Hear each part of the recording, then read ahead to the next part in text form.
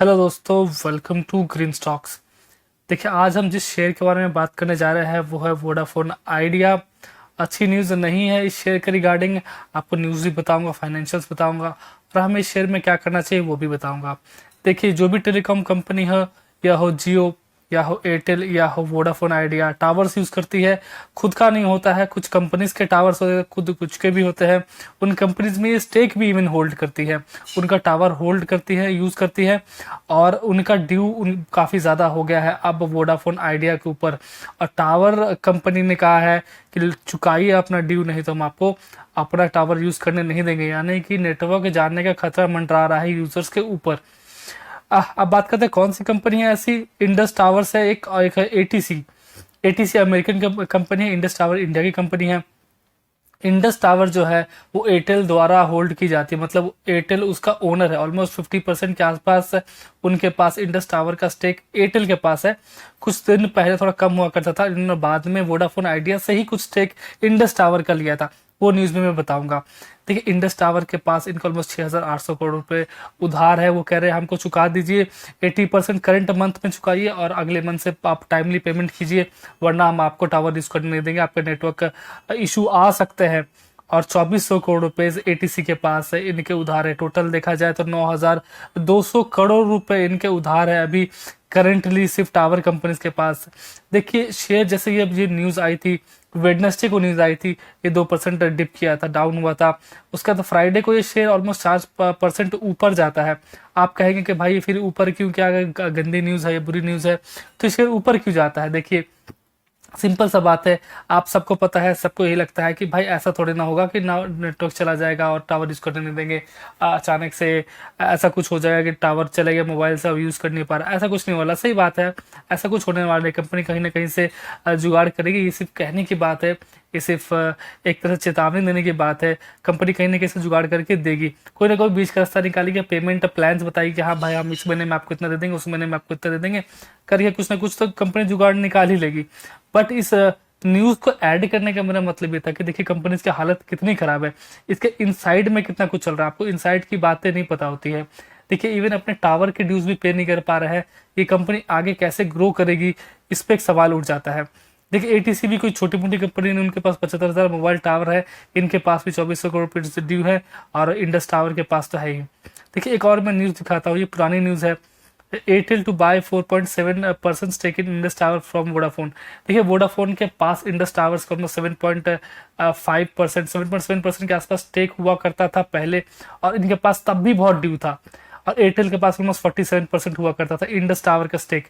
उन्होंने वहां से 4.7% खरीदा, ऑलमोस्ट 52%। अभी अभी एयरटेल होल्ड करते इंडस टावर में, यानी कि इंडस टावर के ओनर जो है वो अभी फिलहाल एयरटेल है। ये न्यूज़ अब मार्च की है। मार्च में जब ऐसा हुआ था तब भी वोडाफोन के पास काफ़ी ज़्यादा डेट था, काफ़ी ज़्यादा उधार था इंडस टावर का। तब एयरटेल ने कहा था कि हम आपको पैसे देंगे, उसके बदले हमको स्टेक दे दो, लेकिन जो आपको पैसे देंगे वो आप इंडस टावर के उधार चुकाने के लिए दोगे। यानी कि उन्होंने पैसे दिए और इसने इंडस टावर को दिया, इंडस टावर ऑटोमेटिकली एयरटेल के पास चले गए, क्योंकि इंडस टावर का ओनर जो एयरटेल है। मतलब पैसे दिए भी, स्टेक भी ले लिए और पैसे फिर वापस मिल लिए। अब बहुत ही अच्छा खेल खेला है अब एयरटेल वोडाफोन के साथ। एनीवेज, चले आते हैं हम इसके। देखिए, शेयर जो है अब बढ़ गया था 3.5% के आसपास, फ्राइडे को बढ़ा है। अब मेरे अकॉर्डिंग ये थोड़ा बहुत ऊपर नीचे शेयर होता रहता है, वही इसमें देखा जा रहा है। ऊपर और नीचे होने से ज़्यादा फर्क नहीं पड़ रहा है। बट मैं लॉन्ग टर्म की बात कर रहा हूँ। देखिए, लॉन्ग टर्म में शेयर कैसा काम करेगा, वो इतना सा डेब्ट रखेगा और वो भी चुका नहीं पा रहा है। धीरे धीरे जब अपनी होल्डिंग जो है दूसरे कंपनीज में भी बेच बेच के अपने लोन को चुका रहा है, तो कैसे काम करेगा। देखिए, वोडाफोन जो है, आपको पता कोई होगा कि बहुत बड़ी कंपनी, बहुत बड़ा टेलीकॉम कंपनी है, पूरी दुनिया का one of the biggest telecom company है, इसलिए बस ये सर्वाइव किए हुए है। अगर इसके साथ वोडाफोन नहीं होता तो ये कंपनी कब के बंद हो गई होती। देखिए, जियो और एयरटेल बहुत बड़े जायंट हो गए हैं। अभी आपने 5G का स्पेक्ट्रम में देखा होगा, जियो ने बहुत ज़्यादा बिट किया, बहुत ज़्यादा स्पेक्ट्रम खरीदा है, उसके रिस्पेक्ट में वोडाफोन ने बहुत कम खरीदा है। नंबर 1 पे जियो रही है, नंबर 2 पे एयरटेल, नंबर 3 पे वोडाफोन। वोडाफोन ने काफ़ी पीछे, मतलब 5G में भी ज़्यादा कमाल नहीं करने वाली है। देखिए अपने हाई पे से ऑलमोस्ट हाफ पे मिल रहा है और अपने जो लो है उसके आसपास ये ट्रेड कर रहा है, मतलब ये थोड़ा बहुत बढ़ा है तो थोड़ा बहुत बढ़ के भी अपने लो के आसपास ही ट्रेड कर रहा है। देखिए पेनी स्टॉक का पेनी तभी होता है जब उसमें कोई बाई नहीं करता है। और तो आप उसमें क्यों बाई करना चाहते हैं? आपको अगर सपोज ऐसा लगता है कि हम 8 रुपये पे अभी बाई कर लेंगे, 80 रुपये हो जाएगा, 10 टाइम्स पे मेरा पैसा हो जाएगा, लेकिन आप खुद सोचिए कि वो 8 रुपये उसकी वैल्यू क्यों है, कि उसको कोई खरीदना नहीं चाहता है।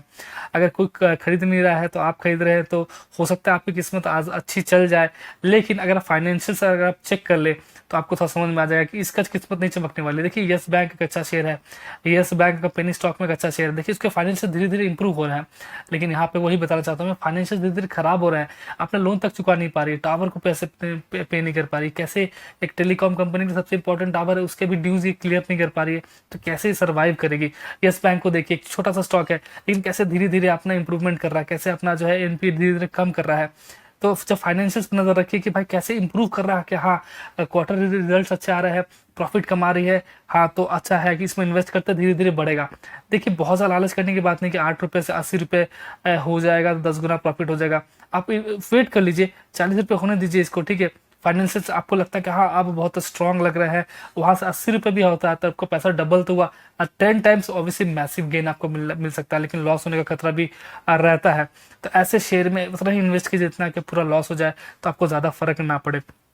हम चले आते हैं क्वार्टरली रिजल्ट्स पे। देखिए ऑपरेशनल प्रॉफिट इनका क्वार्टरली रहता है, मतलब जो प्रॉफिट ऑपरेशन से कमाती है वो अच्छा खासा रहता है, बट इंटरेस्ट पेमेंट इनका डेप बहुत ज़्यादा है, इंटरेस्ट पेमेंट बहुत ज़्यादा हो जाता है और इनका डेप्रिसिएशन बहुत ज़्यादा हो जाता है, जिस वजह से ये अल्टीमेटली मैसिव लॉस खा जाती है कंपनी। एक पर क्वार्टर का 7,280 करोड़ 90 करोड़, अगर ऐसा ऑलमोस्ट 8,000 करोड़ रुपये 6,000 करोड़ रुपये अगर कंपनी लॉस खाएगी तो कैसे चलेगा, कंपनी कैसे सर्वाइव करेगी? इस पर सिर्फ नज़र डालिए। बाकी थोड़ा बहुत इम्प्रूवमेंट भी नज़र नहीं आ रहा है, थोड़ा भी इम्प्रूवमेंट नज़र नहीं आ रहा है। अगर हम बात करें जून 2019 के क्वार्टर की या जून 2022 की, सिमिलरली आपको देखेंगे बढ़ाई है, मतलब थोड़ा भी इम्प्रूवमेंट नहीं है। यस बैंक में आप देखेंगे इम्प्रूवमेंट हो रही है। बाकी बहुत सारे पेनी स्टॉक होते हैं जिनका फ्यूचर अच्छा है, जिनके फाइनेंशियल अच्छे हैं, उनमें आप देखेंगे कि धीरे धीरे जो नेट प्रॉफिट होता है वो थोड़ा बहुत इंप्रूव करता हुआ नजर आता है। लेकिन अब देखिए जो मैं साल दर साल का बताऊंगा कि कभी ये नेट प्रॉफिट पॉजिटिव हुआ करती थी, अब 28,000 crore rupees per year loss. बस वोडाफोन और आइडिया बहुत बड़ी कंपनीज रही है, बहुत बड़े ग्रुप्स की कंपनी है, इसलिए अभी तक सर्वाइव की हुई है, वरना ये कंपनी कब के बर्बाद हो चुकी होती। प्लस एक और न्यूज़ देखिए, वोडाफोन ने खुद गवर्नमेंट को स्टेक बेच रही, गवर्नमेंट के पास काफ़ी ज़्यादा ड्यू है, वो करेगी हमारे पास पैसे तो बिल्कुल है नहीं, आप हमारे जो है स्टेक खरीद लो। गवर्नमेंट करेगी हाँ 10 रुपये के ऊपर जब चला जाएगा तो शेयर का प्राइस, तब हम सोचेंगे। मतलब खुद के मान चुकी कंपनी हमारे पास पैसे नहीं है, नहीं आने से रहे, काफ़ी सालों से लॉस में जा रही है। देखिए कब से लॉस में जा रही है, आप देखेंगे मार्च 2017, मार्च 17, 18, 19, 20, 21, 22, हर बार ये लॉस करी है। मतलब इतने सालों से 1, 2, 3, 4, 5, 6 सालों से लॉस करी, तो 6 सालों में अब क्या चेंज हो जाएगा? जब से जियो आया है ये कंपनी लॉस में जा रही है, और जियो आगे 5G में भी कमाल करेगा, एयरटेल उसके साथ कम्पीट करेगा। ये कंपनी कहीं भी स्टैंड आउट नहीं करती है। इतना लॉस होना, गवर्नमेंट को खुद बोल देना कि भाई आप मेरे स्टेक ले लो, हम आपके ड्यूज नहीं चुका सकते, खुद में बहुत बड़ा जवाब है कि आपको इसमें बाई करना चाहिए कि नहीं करना चाहिए। ठीक है, हम बैलेंस शीट देख लेते हैं। आप बोरिंग्स इनके काफ़ी ज़्यादा 40,000 करोड़ का बोरिंग्स है, और लाइबिलिटीज़ इनके पास बहुत ज़्यादा 2,15,000 करोड़। यहीं से इनका इंटरेस्ट पेमेंट और जो लाइबिलिटीज़ बहुत ज़्यादा होने की वजह से बहुत ज़्यादा हो रहा है, और वहाँ से कंपनी जो लॉस करवा रही है, ऑपरेशनल प्रॉफिट में तो है बट लॉस हो रहा है। देखिए हम चले आते हैं शेयर होल्डिंग पैटर्न के ऊपर। शेयर होल्डिंग पैटर्न में प्रोमोटर्स ने अपनी शेयर होल्डिंग बढ़ाई तो है, बट यहाँ पे FII ने अपनी होल्डिंग जो है वो बहुत ज़्यादा कम कर दी है, 14 रुपये से 3 रुपये। मतलब FII देखिए बहुत ही सबसे आसान होता है कि शेयर में आपको बाई करना चाहिए, 50% आप इसी शेयर होल्डिंग पैटर्न से आप डिसाइड कर सकते हैं। और उसमें मोस्टली FII ने अगर अपनी होल्डिंग बढ़ाई है तो आप बढ़ाने की सोच सकते हैं। उसके बाद जो सेकंड नंबर पर मैं रखता हूँ प्रोमोटर को रखता हूँ, उसके बाद मैं रखता हूँ DII को। ठीक है, तो यहाँ पे अच्छा तो लग रहा है कि प्रोमोटर ने होल्डिंग अपनी बढ़ाई है, लेकिन FII ने यहाँ पे होल्डिंग क्योंकि बहुत ज़्यादा घटाई है, ये बहुत ही ख़राब बात है किसी भी शेयर के लिए। और DII यहाँ भी शेयर काफ़ी ज़्यादा होल्डिंग घटा दिया है, जो भी बहुत ही ख़राब बात है। मैं ऐसे स्टॉक में इन्वेस्ट करना पसंद नहीं करता हूँ जहाँ पे FII और DII जो अपनी होल्डिंग जो है इतना ज़्यादा कम कर देती है, मैं बिल्कुल भी अब पसंद नहीं करता हूँ। तो मेरे हिसाब से आपको भाई नहीं करना चाहिए। अगर आप लॉस में, थोड़ा बहुत लॉस में चल रहे हैं तो उसको सेल कर दीजिए, थोड़ा बहुत लॉस में है तो, ज़्यादा लॉस में है तो आपके ऊपर है आपको सेल करने के लिए। बट उस पैसे को कहीं और इन्वेस्ट करके हो सकता है आप जल्दी रिकवर कर ले उस लॉस को भी। सपोज आपने 1 लाख रुपए लगाया है और 80,000 रुपये हो रखे हैं, बट उस 80,000 को निकाल के क्या पता आप इन्वेस्ट करके 1,10,000 कमा ले और उस पैसे को रिकवर आप कर पाए। फिर आपको ये सोचना है कि क्या इसमें इन्वेस्ट रहने से आपको क्या लॉन्ग टर्म में नुकसान हो रहा है, क्या पता 80,000 से भी और कम चल जाए, या तो 80,000 के 1 लाख तो हो तो गया लेकिन 5 साल बाद हुए तो आपको क्या फायदा होने वाला है। तो आपको इस पर डिसाइड करना है। और अगर आप न्यू बाई करने की सोच रहे हैं तो बिल्कुल बाई मत कीजिए, मेरी तरफ से बिल्कुल ही नो है। मैं से बिल्कुल भी नहीं सोचता हूँ बाई करने की। अगर आपको वीडियो अच्छी लगी हो तो लाइक कीजिए, चैनल को सब्सक्राइब कीजिए। वीडियो देखने के लिए बहुत बहुत थैंक्स।